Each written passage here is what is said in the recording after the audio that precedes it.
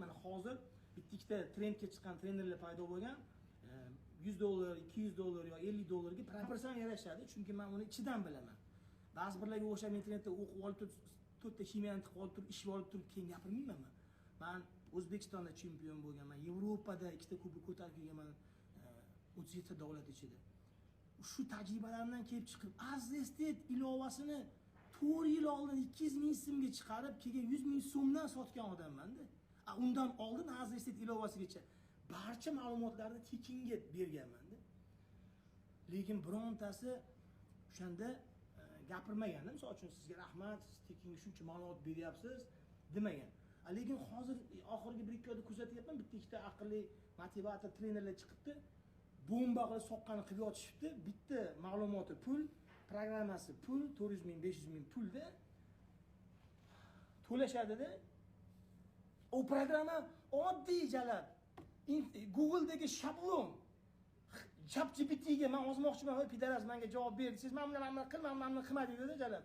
Yozib beradi, o'sha narsani men deb Telegramdan unga tashlab yuborsa, u kartasiga 500 ming, 600 ming, keyin uni kommentiga ko'rsang, "Legendasiz, legenda" deydi. Jazjam maymunga o'xshaganlar jalab bitta mandarin sotib o'tirgan onaxonni oldiga borib turib, savozlar ukurib sotib o'tiribdi.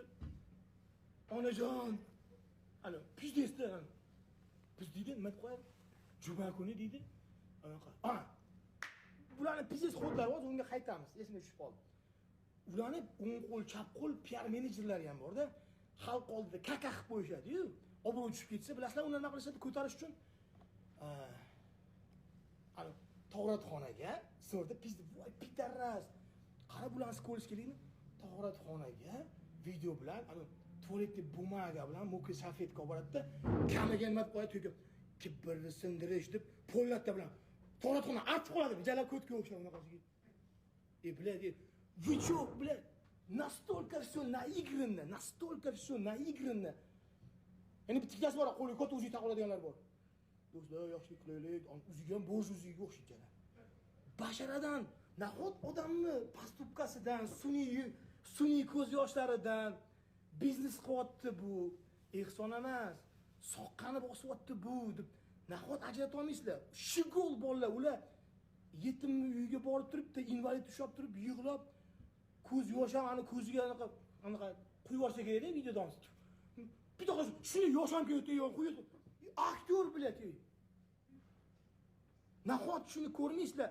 Bu o'zi jalab bir narsa qilib 22 yoshga kirib olgan bo'lsa, bu shigol proyekt qilgan.